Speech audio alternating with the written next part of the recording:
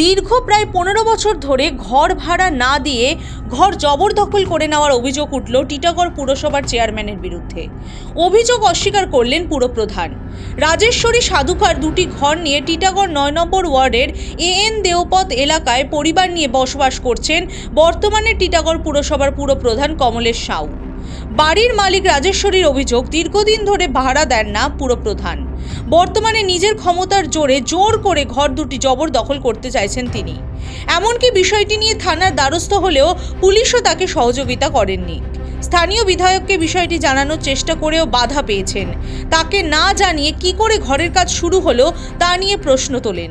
গিয়ে দেখি ওরা ঘর ভাঙছে। টিটাগড় মিউনিসিপ্যালিটির চেয়ারম্যান কমলেশ সাউ এবং এখানকার কাউন্সিলর 9 নম্বর ওয়ার্ডের কাউন্সিলর কমলেশ প্রসাদ সাউ। তখন আমি বলি যে হ্যাঁ, ঘরটা আমার। এবার ওখানে একটা ঘর আছে, ওর একটাই ঘর আছে। তারপরে আমি যখন ওনার ওয়াইফকে বলি যে এই ঘরটা ভাঙা হচ্ছে, আমাকে কোনো না জানিয়ে উনি বললো প্রয়োজন বোধ করি না। আমাকে এই কথাটা বলা হয়েছে।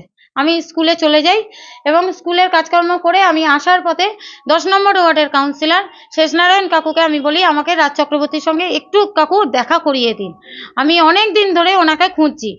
তখন উনি বলেন যে 4 নম্বর ওয়ার্ডে উনি আসবেন, ব্লাড ক্যাম্প হচ্ছে, 4টের সময় উনি আসবেন। আমি 4টে না, আমি আমার মাকে খাইয়ে দাইয়ে, আমি নিজেও খাইনি, খাইয়ে দাইয়ে আমি ওখানে অপেক্ষা করেছি। ওখানকার লোক আমাকে দেখেছে এবং আমাকে বলা হয়েছে যে তুমি কারোর জন্য ওয়েট করছো। আমি বললাম হ্যাঁ, রাজ চক্রবর্তীর সঙ্গে আমার খুব বিশেষ দরকার আছে, খুব দরকার আছে।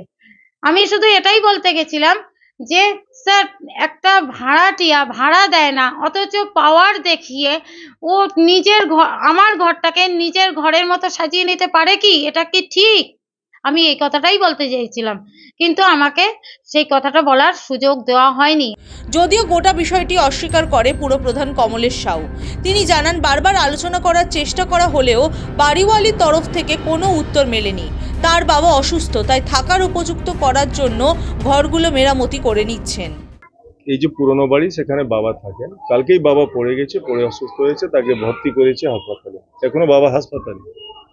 তো ওনাকে রিকোয়েস্ট করা হয়েছে যাতে রিপেয়ারিং একটু করে নিই, যাতে বাবা ওখানে বাথরুম যেতে পারে। বয়স হয়েছে, বাবা বাথরুম যেতে হয়েছে। সেটা আমি না গিয়ে আমার মেয়ে গেছিল। উনি কথাই বলতে চায় না, কারোর সাথে কথা বলতে চায় না, কোনো মাধ্যমেই আলোচনায় বসবে না, কারোর সাথে কথাই বলবে না।